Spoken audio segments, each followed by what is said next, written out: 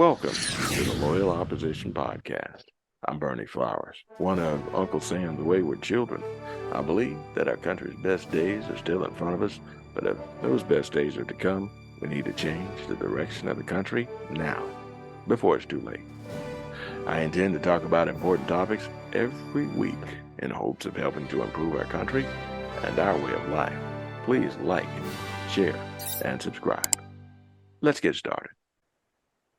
Our guest for episode 37 is Ms. April Babcock.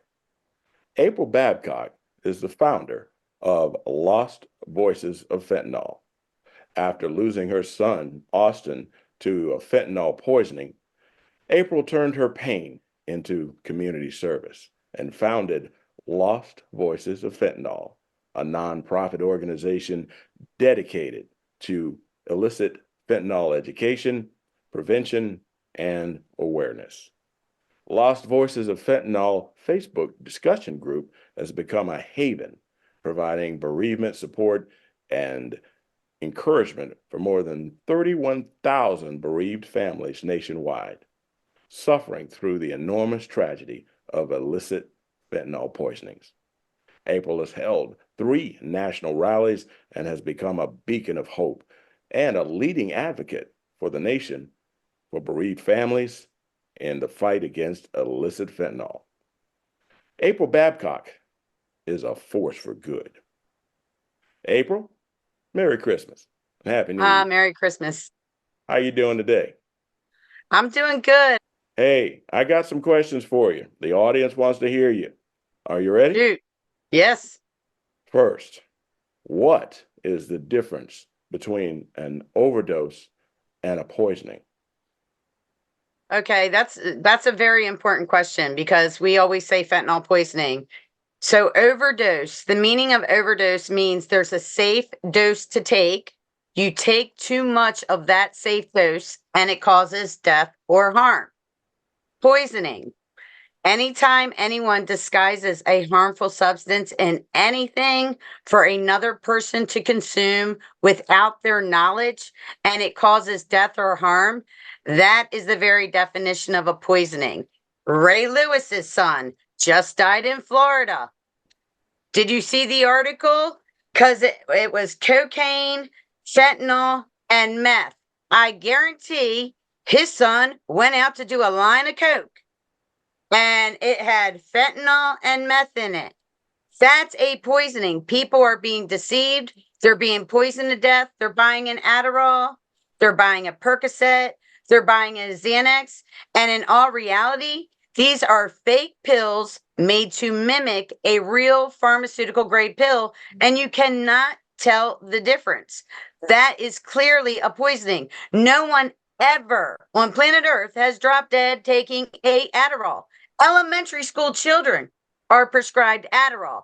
And yet now you can go on social media platforms, Snapchat being one of the main culprits. Look what I got in the mail today. This is Zachariah. He was 17 years old when he died from a fake pill. 17. Crazy. A fake pill. That's not normal. Americans are being deceived. They're being poisoned. And we need to warn the public. Fentanyl needs to be a household name. Every American needs to know what it is and what can happen because it's not like pharmaceutical grade fentanyl. This is illicit fentanyl coming straight from the Mexican cartels or a drug dealer here in their basement. There's no quality control. We have no idea where that fentanyl is landing. You could get one pill that has enough fentanyl to kill 10 people, and there could be another pill that has 0 fentanyl in it at all because it's fentanyl and whatever binding powders they choose to use to bind these pills. So this is clearly insanity. It's not normal. And Americans need to wake up because now we have babies dying. I appreciate your passion. And let me go back to that poisoning. So I've had a lot of people join my group. Mm-hmm. And they say, April, I don't feel like I fit in. My kid was actually seeking fentanyl. But for every person seeking fentanyl, they're being poisoned as well because there's no safe dose of illicit fentanyl. And I always even say, if it's since the beginning of time, Americans have screwed it up because if your kid is dead from heroin, that's a poisoning as well. What is the safe dose of heroin or any illicit drug? There is zero. And that's why Lost Voice of Fentanyl, we support Drug Induced Homicide Foundation. And, we want that law in our state. We don't have drug induced homicide in Maryland, but we do want that law. Understood. I got another question for you. You ready? Shoot. Yep. Who is being affected by this fentanyl crisis? Okay. 17-year-olds, 15, 12, and now babies. So the crisis is not limited to the substance use disorder community any longer. Before fentanyl was being put into the illicit drug supply, people had umpteen chances of sobriety, and it mainly was, people that suffered with a substance use disorder that were dying. Now it's first time, experimental, and occasional users. I know plenty of people that occasionally go out and get an 8-ball of Coke. Hey, it's New Year's. Oh, we're going to New York City. Oh, come on, let's get real. There are people that go out and it's a glorified drug. I just was watching an HBO series it's only like a year and a half old, and they're snorting cocaine through the whole series. It is still glorified to snort coke. But now, when you hear of those mass poisonings or the mass overdoses, which drives me crazy when I hear the word overdose, when you hear them mass overdoses, most of the time it's a bunch of people that got cocaine and they all end up dying together. How is that normal? That's not normal. I've met these families. I've met families who's lost their daughter, the boyfriend, a friend, and a friend all together, or a boyfriend and a girlfriend together. Like, this has never happened before. How do these young kids, like Zachariah, he was 17. So how do we take these 17-year-olds and now it's almost becoming common for them to go to a funeral? Like, that's not normal. And so my son, he was 25 when he died. His best friend, a year and a half after my son died, his best friend had already buried my son and a few of his other friends to fentanyl.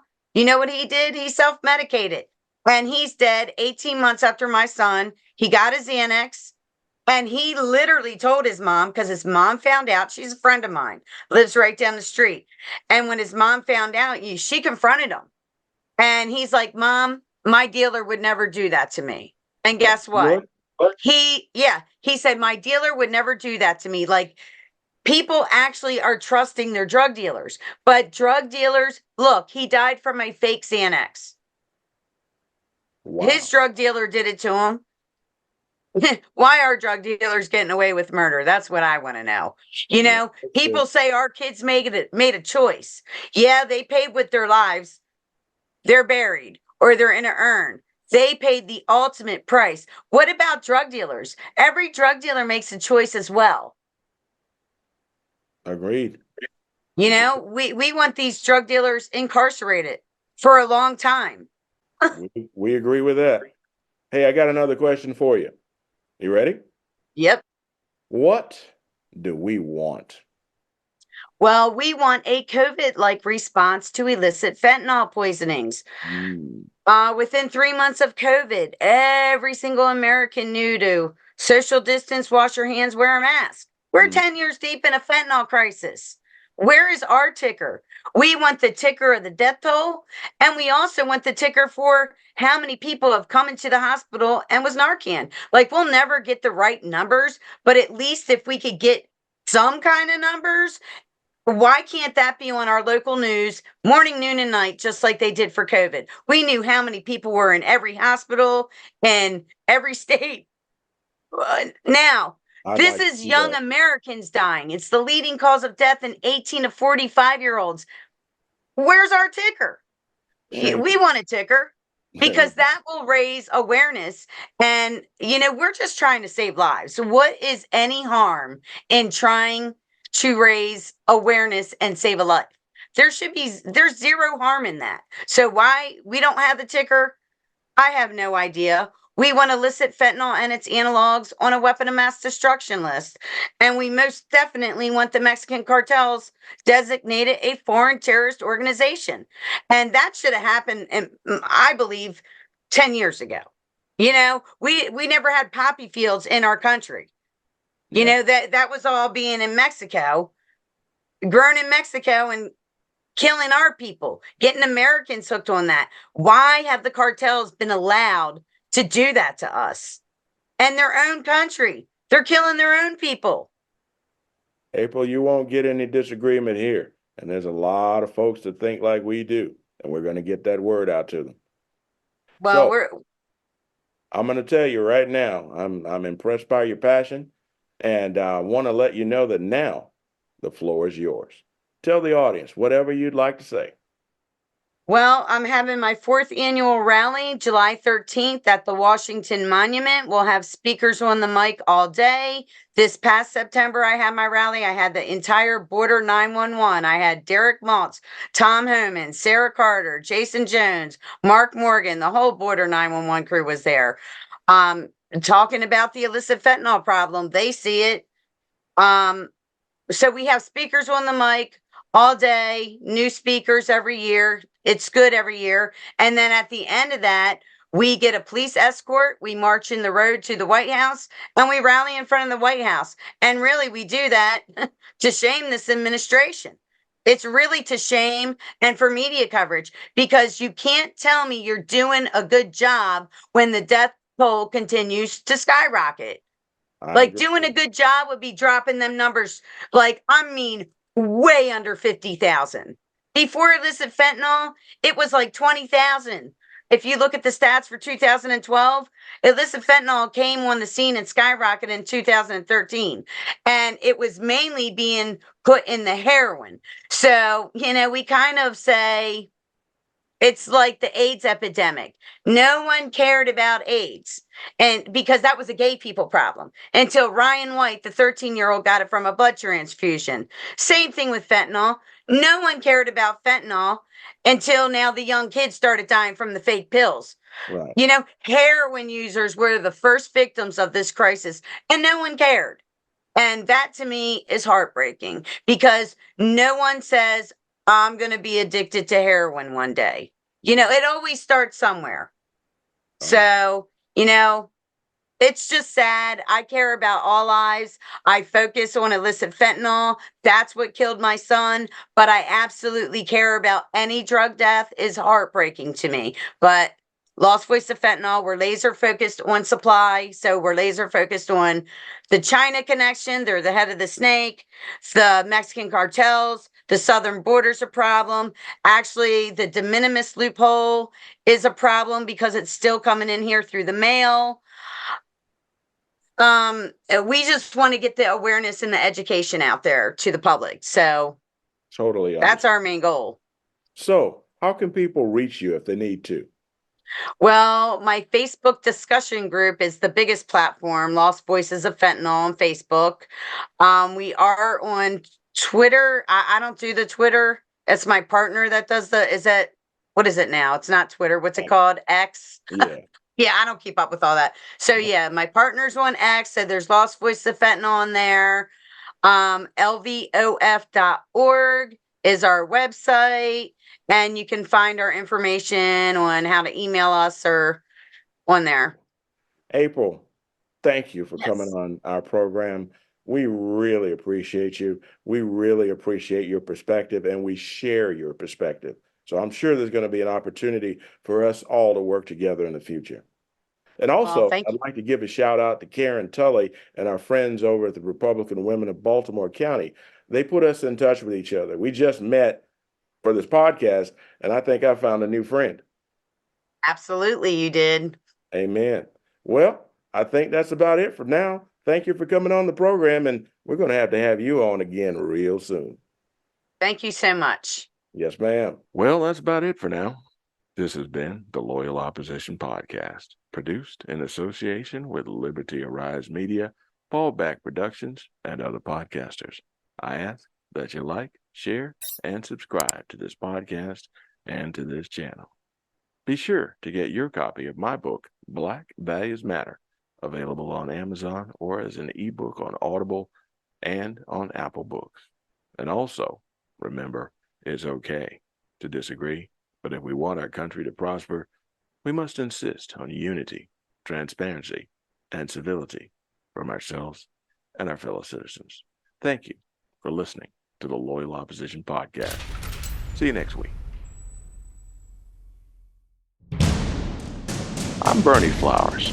I'm a retired military officer, a retired civil servant, and a published author. And I'm also a congressional candidate. It's time for a new vision for Maryland's 3rd District. Fighting for people before politics.